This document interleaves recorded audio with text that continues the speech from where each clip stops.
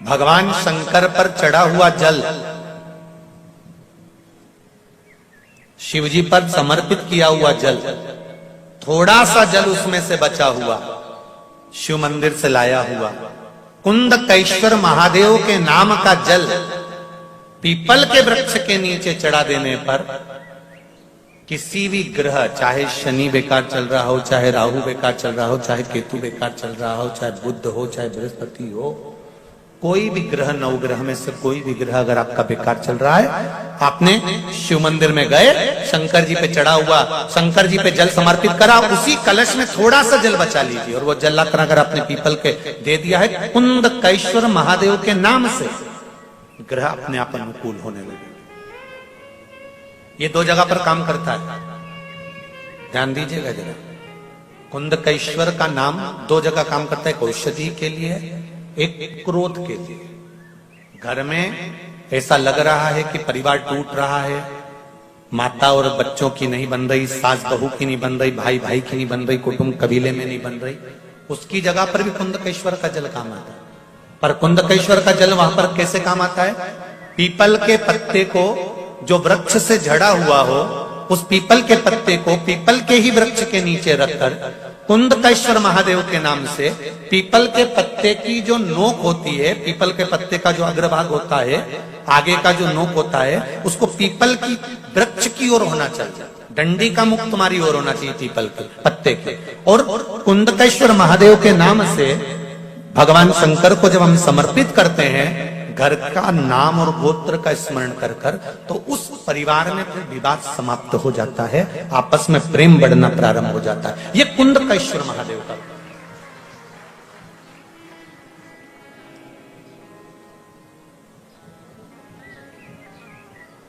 शिव भक्ति की ओर अग्रसर महाराज,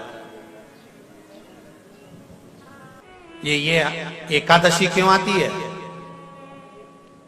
प्रदोष क्यों आती है, हर महीने शिवरात्रि क्यों आती है, हर महीने अमावस्या और पूर्णिमा क्यों आती है, तीज और त्योहार क्यों आते हैं, किस लिए आते हैं, क्यों बनाए गए? ये इसीलिए बनाए गए, अगर पूरे महीने आप दान नहीं कर सकते, पुण्य नहीं कर सकते, सत्कर्म नहीं कर सकते, तो ये तिथियां बना दी, एकादशी, प्रदोष, शिवरात्रि, सोमती, अमावस्या, पूर्णिमा की बन सके तो अपनी कमाई का कुछ अंश निकाल कर सत्कर्म में दान करना, पुण्य करना, कुछ अच्छा करना, भजन करना, कीर्तन करना, मंत्र जाप करना, नाम जाप करना, बन सके तो इस दिन तो भगवान का भजन कर लेना। ये इसलिए बनाएगा।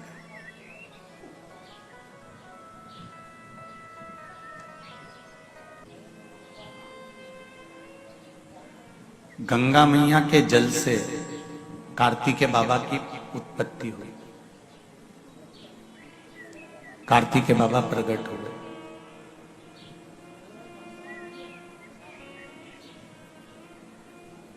कार्तिकेय जी ने अपनी माता जी से पूछा कि मां, ये बताओ कि मेरे जन्म का कारण क्या है,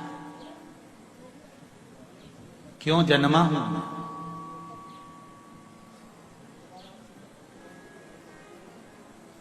मेरे जन्म का कारण है क्या, मेरे जन्म का कारण क्या हो? तो मां तुरंत बोली कि तुम्हारे जन्म का एक कारण है तारकासुर का संहार।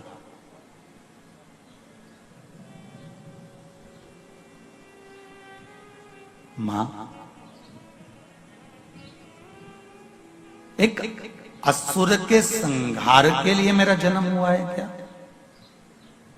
मेरे जन्म का कारण केवल एक असुर का संहार ही है, केवल एक असुर का संहार?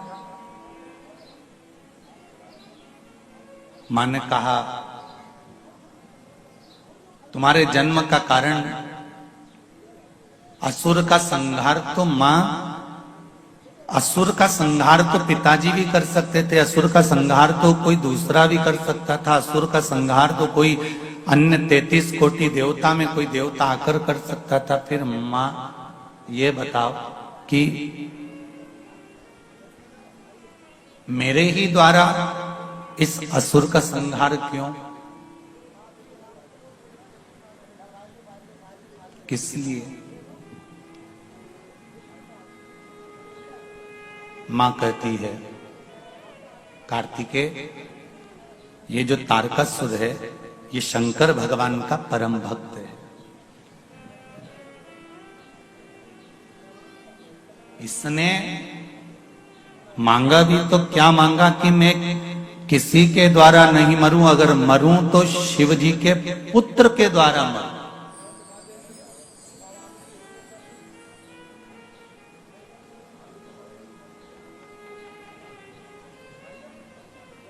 जो अच्छा होता है ना वो अच्छा ही सोचता है, जो श्रेष्ठ होता है वो श्रेष्ठ ही सोचता है।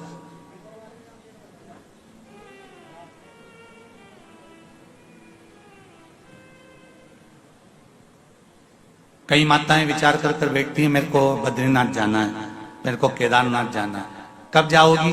बस मेरे पोते की शादी हो जाए और पोता बहू आ जाएगी ना तो मैं उनको लेके जाऊंगी दुकाने के लिए। अब देखिए, अच्छा सोचा है ना उसने, अच्छा विचार किया है ना उसने, उसका विचार, उसकी सोच अच्छी है, इसलिए वो अच्छा सोच रहा है।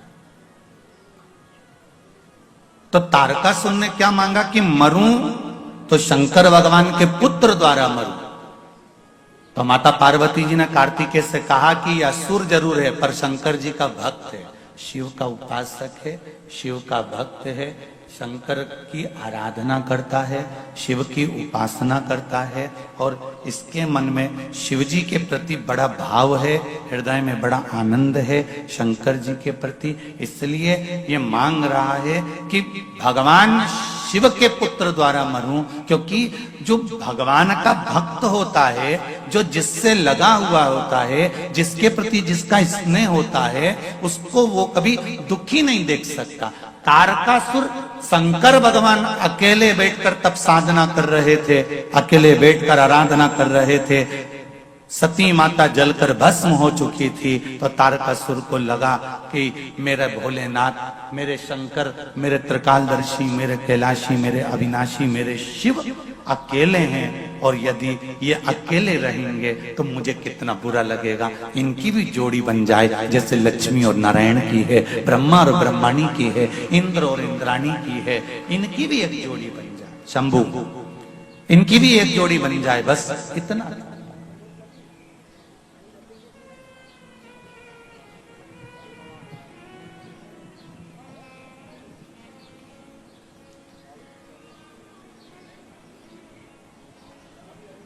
इसलिए मांगा क्या? मांगा केवल इतना कि शिव जी के पुत्र के द्वारा मेरे प्राण छूटे, भगवान शंकर के पुत्र द्वारा मेरे प्राण छूटे। पुत्र कब होगा? जब शंकर भगवान की समाधि हटेगी, तब साधना हटेगी और इनका मंगल विवाह होगा, और विवाह होगा तब जाकर इनका पुत्र होगा। एक बात आपसे कहना चाहेंगे, कभी शिव मंदिर में जल चढ़ाने का मौका मिले और आप शंकर जी के मंदिर में जल चढ़ाने के लिए जाएं, या बेलपत्र चढ़ाने के लिए जाएं, या शिव जी की आराधना करने के लिए जाएं,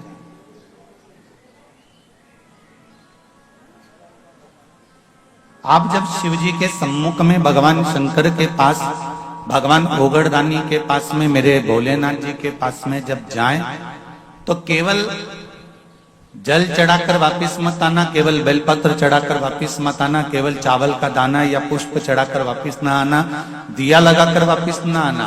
आते आते बाबा भोलेनाथ जी से ये भी पूछ कर आना, बाबा आप मंदिर में बैठे रहते हो, बहुत दिन हो गए आपको बैठे बैठे, चलो आज मैं आपको मेरे साथ लेकर चलती हूँ और मेरे घर तक लेकर चलती हूँ। भले शिवलिंग मंदिर में रहे पर भगवान की ज्योति उसके साथ जरूर जाती है।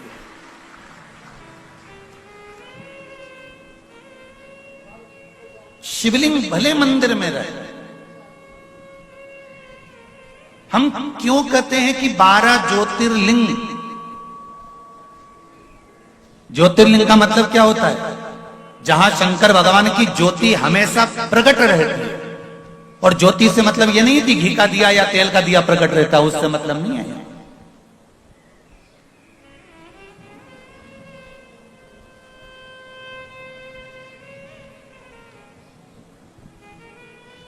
हम ज्योतिर्लिंग का मतलब क्या समझे? जहां पर भगवान शंकर की ज्योत जल रही है उसका मतलब ज्योतिर्लिंग? नहीं नहीं नहीं। जहां घी का दिया जल रहा है उसका ज्योतिर्लिंग? नहीं। जहां तेल का दिया जल रहा है उसका मतलब ज्योतिर्लिंग? नहीं। ज्योतिर्लिंग का मतलब होता है जहां पर शंकर पार्वती 24 घंटे उस भूमि पर, उस स्थान पर विद्यमान है। इसलिए कैलाश पर माता पार्वती जी ने जब एक प्रश्न किया था तो अमरनाथ की गुफा में शंकर भगवान ने पार्वती को अमर कथा सुनाई थी और उस अमर कथा में माता पार्वती जी ने एक प्रश्न किया था।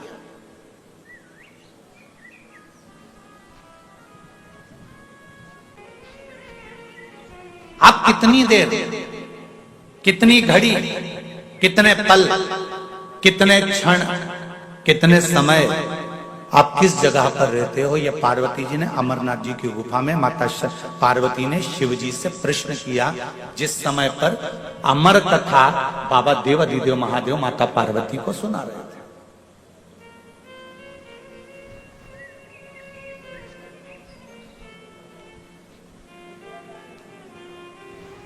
शिव जी कहते हैं पार्वती, जब सोमवार का दिन होता है, चंद्र का दिन होता है, जिस दिन मैंने चंद्र की काया को ठीक करा था,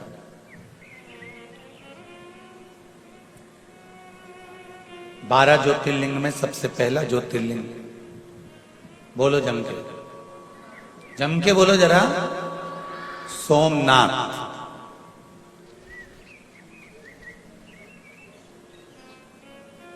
पहली गिनती में सोमनाथ जी को क्यों दिया गया?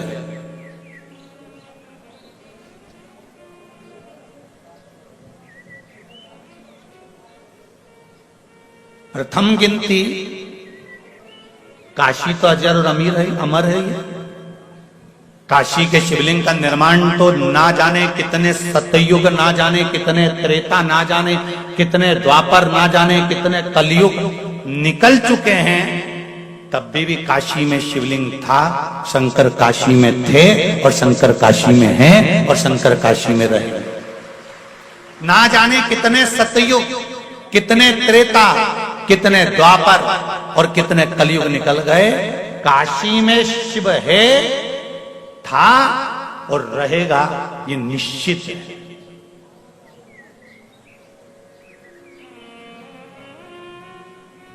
तो पहला ज्योतिर्लिंग तो फिर काशी को गिना जाना था, पर पहला किसको गिना है?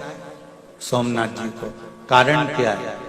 भगवान शंकर कहते हैं कि चंद्र से मैंने जब 12 का निर्माण किया, सोमवार, मंगलवार, बुधवार, गुरुवार, शुक्रवार, शनिवार, ये मैंने जो बनाए हैं, इन 12 का मैंने जो निर्माण करा है नवग्रह के हिसाब से, उसमें प्रथम चंद्र को लिया है, चंद्र के बाद में, उसके बाद मैंने सारे ग्रहों को लिया, क्योंकि एक ग्रह को मैं अगर संभाल लेता हूं तो बाकी के ग्रह अपने आप संभल जाते हैं। अगर घर का प्रथम बेटा अच्छा निकल जाए तो बाकी के बेटों को मार्ग वो बड़ा बेटा ही प्रदान कर देता है, बदल नहीं पाता।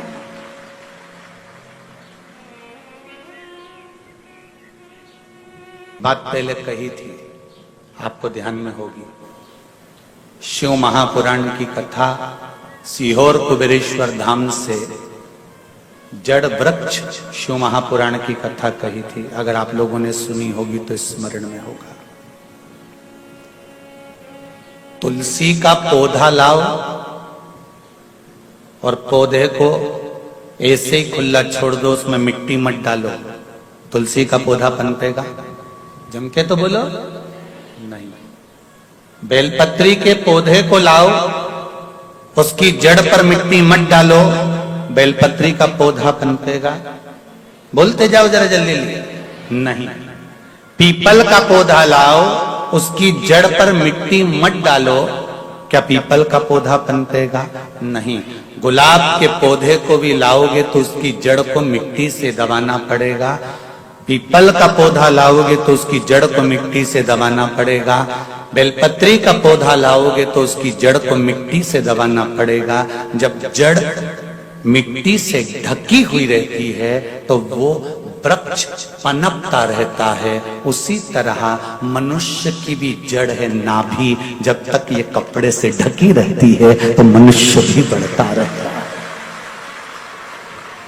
पर आजकल फैशन है साहब, कपड़े वैसे होना चाहिए कि जड़ भी दिखना चाहिए, नाभि नजर आना चाहिए। पर सनातन धर्म कहता है, मेरा सनातन धर्म वर्णन करता है कि पौधे की जड़ ढकी होती है तो पौधा तरक्की करता है, और जिस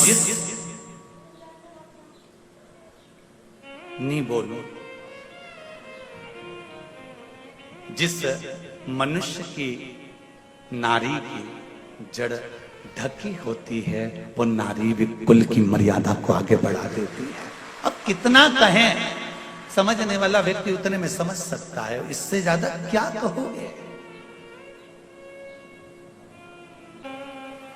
प्रथम चंद्रदेव को भगवान शंकर ने पार्वती से अमरनाथ जी की गुफा में कहा कि मैंने चंद्र को पहले साधा है, क्योंकि एक ग्रह अगर संभल जाता है तो पूरे 9 ग्रह अपने आप संभल जाते हैं। घर का प्रथम बेटा, घर की प्रथम बेटी अगर संस्कारवान निकल जाती है तो ये निश्चित है कि बाकी के बच्चे भी संस्कारवान निकल जाएंगे। प्रथम को संभाला है, प्रथम।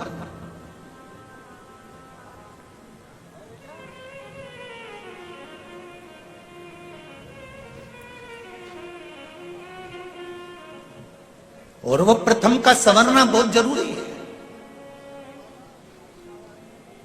वो प्रथम का संवार लेना बहुत जरूरी है।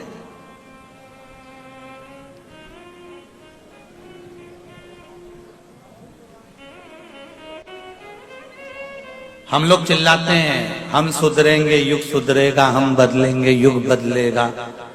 धर्म की, अरे बोलो तो, अधर्म का, प्राणियों में, विश्व का, गौ माता की जय। ये चिल्लाते चिल्लाते पूरी जिंदगी निकल गई। हम बदलेंगे, युग बदलेगा। हमको देख कर दुनिया जीना चाहती है तो हम क्यों ना बदलें।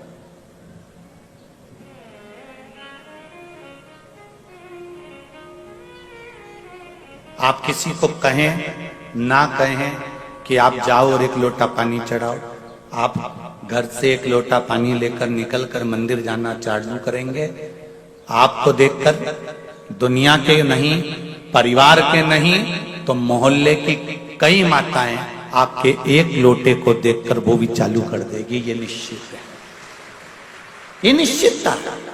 एक पत्र आया है, देखिए, बड़ा सुंदर है।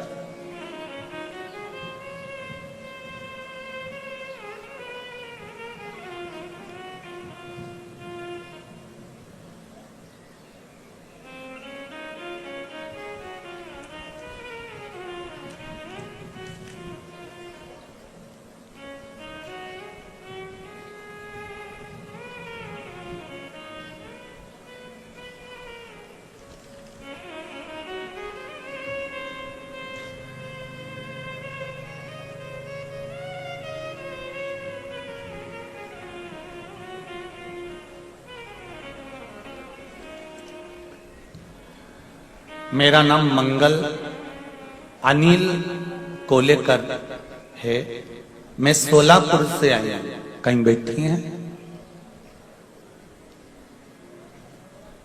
कहीं बैठे हो तो हाथ जरूर हिलाइएगा। आप ही हैं? दोनों हाथ हिला दीजिए। हर हर महादेव। गुरुदेव, मैं सीहोर कुबेरेश्वर धाम में आई थी, आज मैं हैदराबाद कथा सुनने आई हूं। मुझे पहले से पेट में किडनी में स्टोन डॉक्टर ने बोला था, जो मैंने बाबा से विनती करी थी कि मेरे अगर भोलेनाथ जी कृपा करें और मैं कुबेरेश्वर धाम से जो रुद्राक्ष लाई हूं उसका मैं पानी पीऊं और मेरी जो किडनी के पास में स्टोन है, पत्थरी है, वो गल जाए, निकल जाए तो मैं पशुपति व्रत करूंगी। ये मैं कुबरेश्वर धाम में बोल कर आई थी और बाबा ने ऐसी कृपा करी। गुरुदेव, डॉक्टर ने कहा था पथरी बड़ी है, स्टोन बड़ा है और किडनी के पास में है तो नुकसानदायक है, पर वो रुद्राक्ष का जल मैंने पीना चालू करा और बाबा की कृपा से मैंने कहा था कि मैं पशुपति व्रत जब ही करूंगी जब मेरा ये स्टोन निकल जाएगा, और मेरे यूरिन के माध्यम से वो स्टोन निकल गया और जांच कराया तो उसमें अब स्टोन नहीं है और मैंने पशुपति व्रत प्रारंभ किया है। ये शिव कृपा है। बैठो बहन, हर हर महादेव। शिव कृपा इसको कर। आपका विश्वास, आपका भरोसा, आपकी दृढ़ता, आप स्वयं शिव का भजन करो ना। आप करोगे, दूसरा स्वयं करेगा।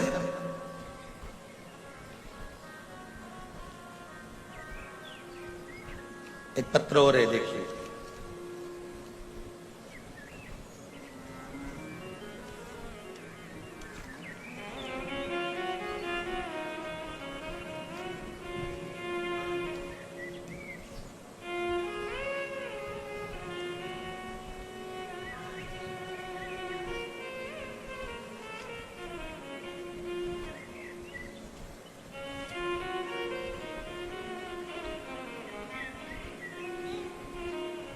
मेरा नाम रत्ना सिंह है।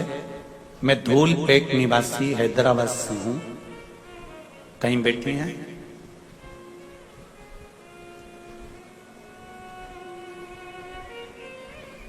रत्ना सिंह, धूलपेट निवासी। मुझे 2 बेटे हैं और मुझे हमेशा से एक बेटी की इच्छा थी। मैंने आपकी कथा में आंकड़े की जड़ का उपाय सुना था। मेरी मासी को कोई संतान नहीं थी तो मैंने उन्हें भी ले जाकर यह उपाय किया और मैंने अपने लिए भी पुत्री के लिए, लड़की के लिए मनोकामना की। उपाय के 2 महीने बाद ही मेरी मासी गर्भवती हो गई और मुझे भी 7 साल बाद बहुत ही प्यारी बेटी हुई है जिसका नाम मैंने शिवान्या रखा है। उसका फोटो भी मैं लगाकर भेज रही हूं। फोटो भी लगाकर भेज रही हूं। गुरुदेव, मेरी प्रेगनेंसी में बहुत ही प्रॉब्लम थी। शायद मैं और मेरी बेटी नहीं बचते, लेकिन भोलेनाथ की कृपा से हम पर बनी रही और आज मैं और मेरी बेटी दोनों ही सही सलामत हैं।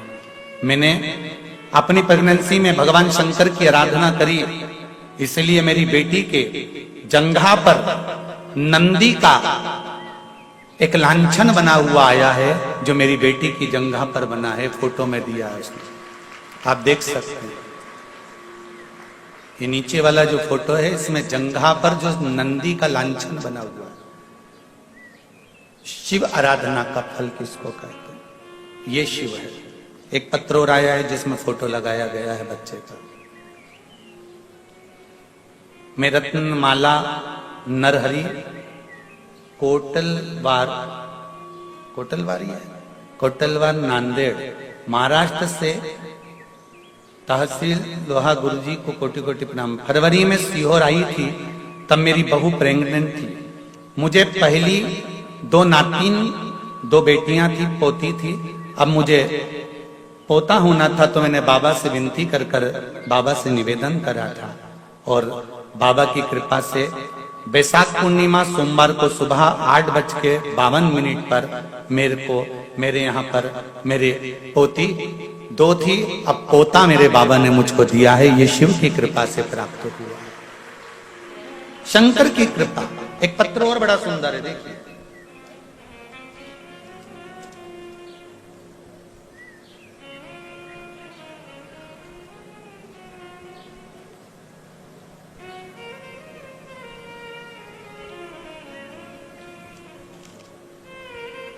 रजनीकांत भट्ट, बिटिया छवि वेदिका भट्ट, मंदसौर मध्य प्रदेश से आई हैं। आप हैं? श्री शिवाय नमस्तुभ्यम।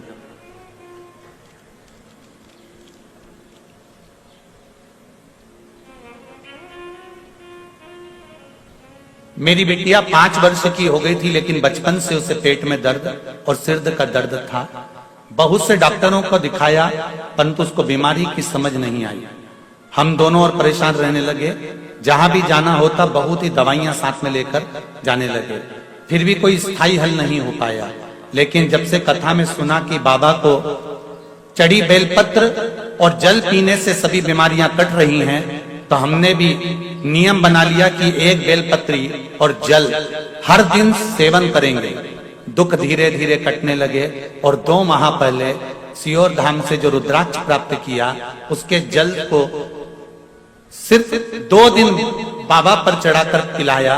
जो चमत्कार हुआ, उस दिन से आज तक बिटिया ने कभी ना तो पेट दर्द हुआ और ना कभी सिर दर्द हुआ। मेरी बेटी को मैं यहाँ हैदराबाद में मंदसौर से केवल धोख लगाने के लिए आया हूँ। शिव महापुराण की कथा में हर हर महादेव। बैठिए महाराज जी, श्री शिवाय नमस्तुभ्यम। बैठिए। मैं केवल मंदसौर मध्य प्रदेश से हैदराबाद में केवल धोख लगाने आया हूँ। बाबा देवादिदेव महादेव। शिव भक्ति, शंकर की उदारता, शंकर की करुणा, ये कोई साधारण नहीं है। तेरी कृपा बिना न हिले एक भी अणु, लेते हैं श्वास तेरी कृपा से। हे गंगाधार मुक्ति द्वार ओमकार, ओमकार तू आयो शरण तिहारी शंभु तार तार। शिव की आराधना से जो सुख मिलता है वो कहीं नहीं मिल सकता। सारी समस्या का हल एक लोटा जल। फिर दुनिया चाहे कितना भी विरोध करे, चाहे दुनिया कितने भी अपशब्द कहे, चाहे दुनिया कितना भी ताना दे। किसी को हार्ट अटैक भी आ गया, डॉक्टर अपना काम करेगा। तुम एक बार लोटा लेकर, पानी लेकर शिव के मंदिर तो जाओ। जिसकी हालत वेंटिलेटर पर पड़ा हुआ है, उसका नाम और गोत्र बोलकर, बाबा से दिल से कहकर, बाबा उसके छोटे बच्चे हैं, बचा लो ना उसको। जब राजा श्वेत के प्राण आप बचा सकते हो, तो क्या इसके प्राण नहीं बचा सकते? दिल से गणेश कार्तिकेय पर जल चढ़ाकर, अशोक सुंदरी पर जल चढ़ाकर, जया विषहरा के कमंडल को देखते हुए, जलाधारी को देखते हुए शंकर के शिवलिंग पर जल चढ़ा दो। विश्वास कहता है वो वेंटिलेटर से नीचे उतरेगा और बाबा कृपा करेगा। दिल से कहना पड़ेगा, तार बिछाने से कुछ नहीं होगा, कनेक्शन जोड़ना पड़ेगा।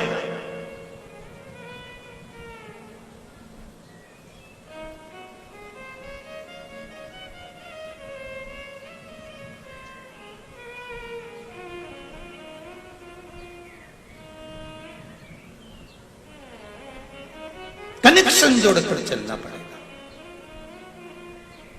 जैसे घर में बुजुर्गों के होने से बच्चों को चिंता नहीं रहती, बहुएं उठी मायके चली गई, बहुएं किटी पार्टी में चली गई, बहुएं यहां चली गई, बहुएं वहां चली गई। क्यों? जब तक घर में बूढ़ी माँ है, जब तक घर में बुजुर्ग हैं, तुम तुरंत उठ कर चले जाओगे। जिस दिन जिसके घर से बुजुर्ग चले जाते हैं, कहीं जाने के लिए 50 बार सोचना पड़ता है। घूमने भी जाना है तो एक गार्ड रखना पड़ता है कि जो घर की सेफ्टी रखे।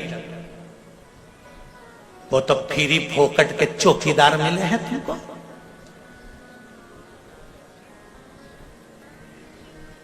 और जिससे मिलो ना, मुंबई, बेंगलोर, पुणे, जिससे मिलो वो एक ही बात कहते हैं, गुरुजी आजकल 2 का सेट चल रहा है। हमने कहा 2 का सेट कैसे है? बस पति और पत्नी, और ज्यादा हो तो हम 2 हमारे 2।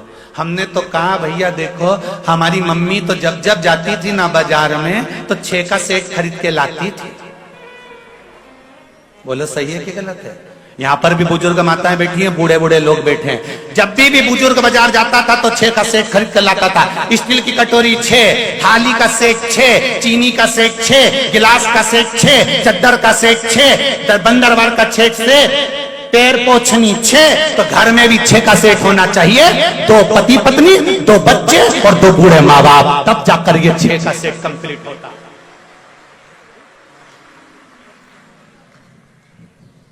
2 के सेट से और 4 के सेट से मेहमान ज्यादा आ जाएंगे तो खाना कैसे खिलाओगे जीजी?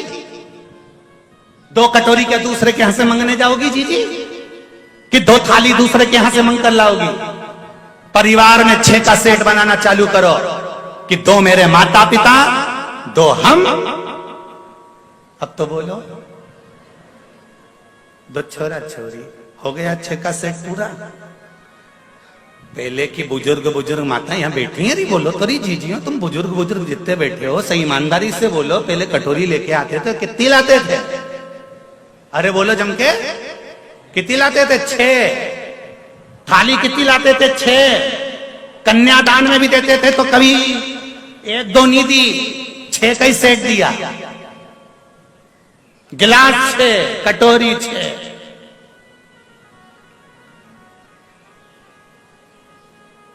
ना जाने किसने लाके छोड़ दिया। हम 2,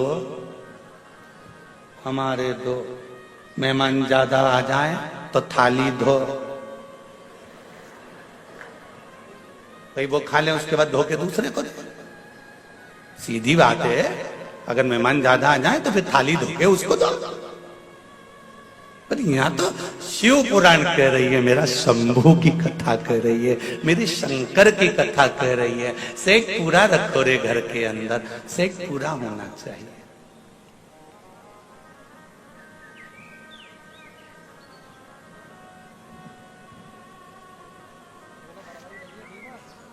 और जब घर में जो बुजुर्ग होते हैं, घर में जो बूढ़े होते हैं, इनके होने से बड़ा लाभ है।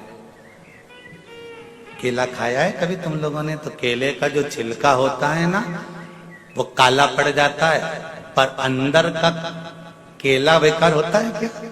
नहीं, छिलका भले गड़बड़ हो जाएगा पर अंदर के भाग को, अंदर के जो केला है उसको वो बेकार नहीं होने देता। उसी तरह घर के जो माता पिता हैं वो केले के छिलके की तरह हैं। वो भले अवस्था गलती चली जाती है, शरीर ढलता चले जाता है, पर अपने बेटे और बेटी को कभी तकलीफ नहीं आने देते। ऐसे केले के छिलके, माता पिता नहीं है, वो केले के छिलके हैं जो केले को बेकार नहीं होने देते। उसी तरह घर के बुजुर्ग, घर के बड़े आपको कभी बेकार नहीं होने देते।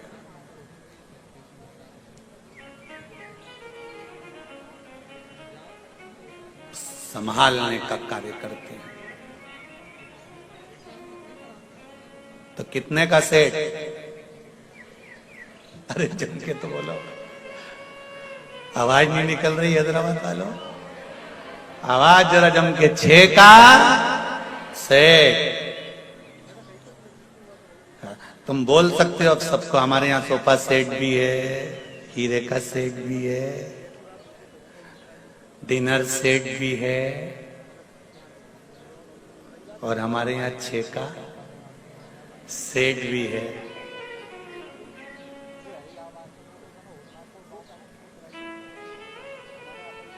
नहीं तो आज का जमाना सोफा सेट भी है, डिनर सेट भी, हीरे का सेट भी है, सोने का सेट भी है, बस आदमी अब सेट है। जमाना बड़ा विचित्र है। सेट रखना है।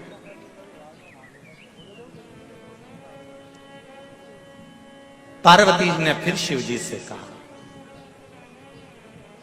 प्रथम चंद्र को आपने पकड़ा,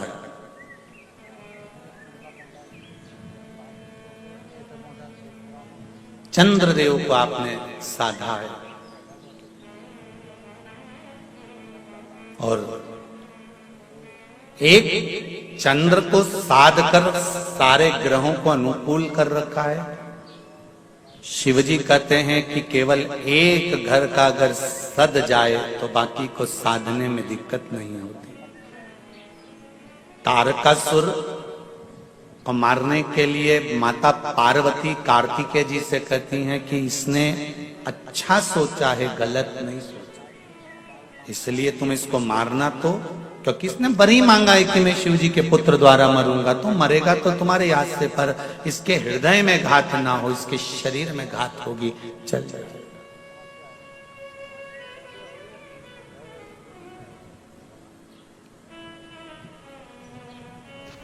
इसके हृदय में घात ना हो, शरीर में घात होगी तो चल जाए। तारकासुर के प्राण छूटे, शरीर नीचे गिरा। तारकासुर के प्राण छूटते से ही तारका मुस्कुराया, और मुस्कुराने का कारण केवल एक ही था कि जिस शिव की आराधना मैंने जिंदगी में करी, वही शंकर के पुत्र ने मुझे शिव धाम पहुंचा दिया। इससे बढ़कर सुख और क्या चाहिए। जितने लोग आस्था चैनल पर कथा सुन रहे हैं, फेसबुक यूट्यूब पर कथा सुन रहे हैं और इस पावन प्रागण्य में कथा सुन रहे हैं, उनसे निवेदन करूंगा, बहुत भटक लिए थे अपन, सारी दुनिया में भटक रहे थे, किसको भजें किसको भजें, किससे कहें किससे ना कहें, ना जाने कितनी कितनी जगह पर जाकर सिर रगड़ा होगा, ना जाने कितनी जगह बाबा जोगियों के चक्कर में पड़ गए होंगे, ना जाने कितने प्रपंच में पड़ गए होंगे, पैसे पे पैसा बर्बाद कर दिया होगा। पर अब हमको किसी के चक्कर में नहीं पड़ना, हमको तो उसके चक्कर में पड़ना है कि जिसने स्वयं कह रखा है कि मेरा तो चक्कर भी मत लगाना। सारे देवताओं की परिक्रमा होती है, शंकर जी की होती है क्या? नहीं। शिव जी कहते हैं कि मेरे चक्कर में भी मत पड़ना, बस इतना याद रखना कि मैं जिस मस्ती में जीता हूं उस मस्ती में अपनी जिंदगी को जीना। कंठ में जहर है, मुख में राम का नाम है, सिर पर गंगा जी धरी है, पास में पार्वती गणेश कार्तिकेय सब बैठे हुए हैं। ऐसी मस्त जिंदगी जीना, कंठ में रखना दुख और तकलीफ को, उजागर मत करना। अपने दुख को किसी को कह दोगे ना, थोड़े दिन तक तो हाँ ठीक है, अब करेगा क्या जिसको कहोगे? किसी से अगर अपने दुख कह भी दिया तो करेगा क्या? तुम्हारे दुख को वो काट सकता है क्या? तो अपने कंठ तक दुख को रखो और इनको मत कहो। संसार वालों को अपने दुख को कहना है तो मेरे देवाधिदेव महादेव से जाकर कहो कि मुझे दुख है, तू मुझे संभाल, अब कोई नहीं मेरा। भोलेनाथ दया करना, मैं तेरे भरोसे, मेरे बाबा दया करना, मैं तेरे भरोसे। उससे कहो, परिवार वालों से कहोगे अपना दुख थोड़े दिन सुनेंगे, इस कान से सुना इस कान से निकाल देंगे, कर तो रहे हैं, टेबलेट दे तो रहे हैं, डॉक्टर को दिखा तो रहे हैं, सारी तो जांच करवा ली, अब हम क्या करें, क्या हम मर जाएं? परिवार वालों से कहोगे तो एक ही बात कहेंगे, हमने सब तो कर रहे हैं, आगे बढ़कर तुम्हारी बहु सेवा कर रही है, आगे बढ़कर तुम्हारे लिए रोज डॉक्टर आ रहा है, इंजेक्शन लगा कर जा रहा है, ये कर रहे हैं, जांचें करा रहे हैं, ये कर रहे हैं, वो कर रहे हैं। घर के लोग तो तुमसे इतना ही कहेंगे कि हम सब कुछ कर रहे हैं। तो अब घर के लोगों से कहकर देख लिया ना तुमने अपना दुख, अपनी तकलीफ, अपना कष्ट। अब एक बार मेरे बाबा से कहकर देखना, देवाधिदेव महादेव से कहकर देखना, शंभु, ओघड़दानी, त्रिकालदर्शी, कैलाशी, हे मेरे बाबा विश्वनाथ, विश्व का भरण पोषण करने वाले हे शंभु, आज मेरे हृदय में ये दुख है, किससे कहूं? एक तू ही तो है, किससे कहे? अब उससे बोलकर देखो।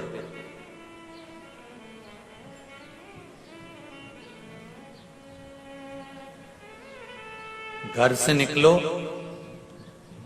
तो श्री शिवाय नमस्तुभ्यम या पंचाक्षर नमः शिवाय या षडाक्षर ओम नमः शिवाय, या 12 अक्षर ओम नमो भगवते वासुदेवा, या 2.5 अक्षर का कृष्ण, या 2 अक्षर का राम कहते हुए निकलो। हम तुम पर बंधन नहीं करेंगे, बिल्कुल। हम आपसे ये नहीं कहेंगे कि आप बंद कर रहो शंकर जी के, आप तो घूमते रहो, पर अपनी कीमत बरकरार रखना। मक्खी सब्जी के ऊपर जाकर बैठती है तो उसकी कीमत नहीं रहती, पर वो मक्खी सुनार के सोने की अंगूठी पर जाकर बैठती है और पलड़े पर तुला जाती है तो मक्खी भी तोले के भाव बिक जाती है। अपनी कीमत समझना, हर कहीं मत बैठ जाना, जाकर बैठना तो देवादिदेव महादेव के पास जाकर बैठना, कीमतवान बन जाओ। तुम्हारी कीमत तुम्हें बनाना है, तुम्हारी कीमत तुम्हें बरकरार रखना है।